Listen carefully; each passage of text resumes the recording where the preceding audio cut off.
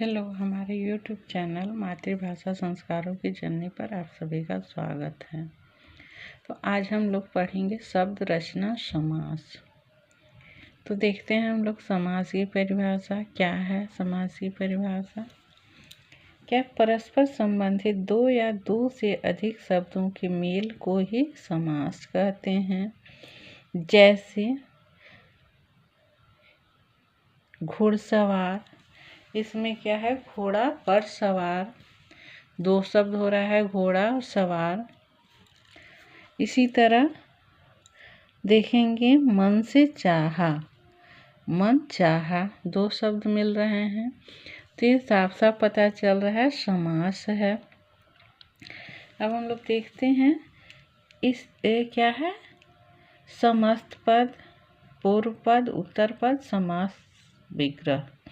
जैसे समासिक पद को अलग अलग करना अथवा उसके मध्य के संबंध को स्पष्ट करना समास विग्रह कहलाता है। इसी प्रकार क्या है, बने समस्त पद या समासिक पद कहलाते हैं। समासिक पद का प्रथम पद को हम लोग पूर्व पद कहते हैं तथा द्वितीय पद को क्या कहते हैं, उत्तर पद। अब हम लोग देखते हैं समस्त पद, जैसे अकाल पीड़ित, तो इसका क्या हो जाएगा, समास विग्रह अकाल से पीड़ित। तो पूर्व पद क्या हो गया, अकाल, और उत्तर पद हो गया पीड़ित। दूसरा है कमल नयन, तो पूर्व पद हो गया कमल, मतलब पूर्व पद मतलब पहला पद, और नयन क्या हो गया, उत्तर पद दूसरा पद। तो कमल के समान नयन विग्रह हुआ इसका। तो यहाँ हम लोग समस्त पद और समास विग्रह, समस्त पद के उत्तर पद और पूर्व पद हम लोग पढ़े समझे। अब हम लोग देखते हैं समास के भेद कौन कौन हैं। तो समास के 6 भेद हैं। तत्पुरुष समास, तो तत्पुरुष समास क्या है देखते हैं। इस समास में द्वितीय पद प्रधान होता है। समासिक पद का पहला पद संज्ञा अथवा विशेषण होता है। इस समास में कारकों की विभक्तियों का लोप हो जाता है। जिस कारक की विभक्ति का लोप होता है समास को उसी नाम से जाना जाता है। जैसे हम लोग अभी इसके पहले वीडियो में हम लोग कारक पढ़े थे, कारक के भेद पढ़े थे, और कारक के भेद के साथ विभक्ति भी पढ़े थे हम लोग। तो अभी हम लोग फिर से वही चीज़ इसमें पढ़ेंगे तत्पुरुष समास के भेद में।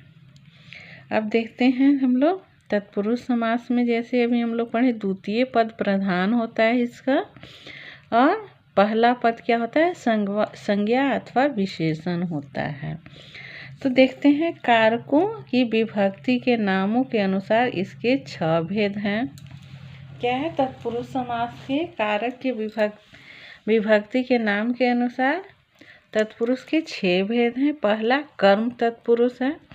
इसमें कर्म कारक की विभक्ति का लोप होता है। जैसे यश प्राप्त, तो ये समस्त पद हो गया यश प्राप्त। अब यहाँ विग्रह क्या करेंगे, यश को प्राप्त। समस्त पद है गगन चुंबी, विग्रह क्या होगा, गगन को चूमने वाला। असमस्त पद है स्वर्ग प्राप्त, तो विग्रह क्या होगा, स्वर्ग को प्राप्त। ग्रामगत समस्त पद है, इसका विग्रह क्या होगा, ग्राम को गया हुआ।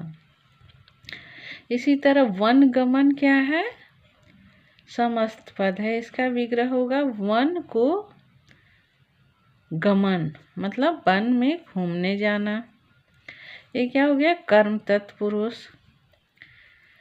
जैसे हम लोग समस्त पद में देखें कि यहाँ विभक्ति चिन्ह नहीं दिखा, लेकिन जब हम लोग विग्रह किए तो कर्म का विभक्ति चिन्ह को सभी जगह लगा हुआ है। इसी तरह देखते हैं करण तत्पुरुष, इसमें करण कारक की विभक्ति से का लोप होता है। जैसे समस्त पद क्या है, हस्तलिखित, तो यहाँ हस्तलिखित नहीं दिख रहा है, लेकिन जब हम लोग विग्रह करेंगे तो तो हस्त से लिखित मतलब हाथ से लिखा गया है, उसे हम लोग हस्तलिखित बोलेंगे। अब नेक्स्ट है समस्त पद शोकाकुल। विग्रह क्या होगा? शोक से आकुलित। अकाल पीड़ित, क्या है समस्त पद? अकाल पीड़ित। तो यहाँ विग्रह क्या होगा? अकाल से पीड़ित। मन चाहा समस्त पद है, तो यहाँ मन से चाहा। जैसे हम लोग फिर से देख रहे हैं कि समस्त पद में विभक्ति चिन्ह नहीं दिख रहा है। जब हम लोग यह विग्रह करेंगे तो विभक्ति चिन्ह दिखेगा, तो हम लोग उसको समझेंगे।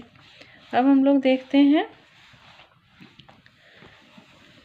और इसका उदाहरण, भावाकुल तो भाव से व्याकुल। आगे है तुलसीकृत, तो यहाँ क्या बताया गया है? तुलसी द्वारा कृत। और ईश्वर प्रदत्त, ईश्वर द्वारा प्रदत्त। जन्मांध, जन्म से अंधा। अब देखते हैं संप्रदान तत्पुरुष। इसमें संप्रदान कारक की विभक्ति के लिए का लोप होता है। क्या संप्रदान कारक की विभक्ति चिन्ह क्या है? के लिए। तो यहाँ संप्रदान तत्पुरुष है ना, इसमें संप्रदान कारक की विभक्ति के लिए का लोप है। जैसे देशभक्ति समस्त पद है, इसका विग्रह क्या होगा? देश के लिए भक्ति। मालगाड़ी समस्त पद है, तो माल के लिए गाड़ी हो गए। राह खर्च समस्त पद है, तो राह के लिए खर्च क्या हो गया? विग्रह हो गया। हम लोग देखते हैं विद्यालय। विद्यालय क्या है? समस्त पद है, विग्रह क्या हो गया? विद्या के लिए आलय। रसोई घर समस्त पद है, इसका विग्रह क्या होगा? रसोई के लिए घर। अब हम लोग देखते हैं अपादान तत्पुरुष। अपादान तत्पुरुष क्या है? इसमें अपादान कारक की विभक्ति से का लोप होता है, लेकिन अपादान तत्पुरुष में क्या होता है? से का प्रयोग अलग होने के लिए होता है।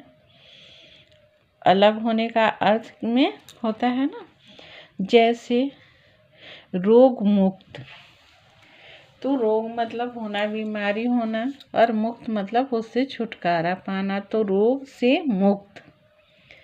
इसी तरह हम लोग देखेंगे पथभ्रष्ट।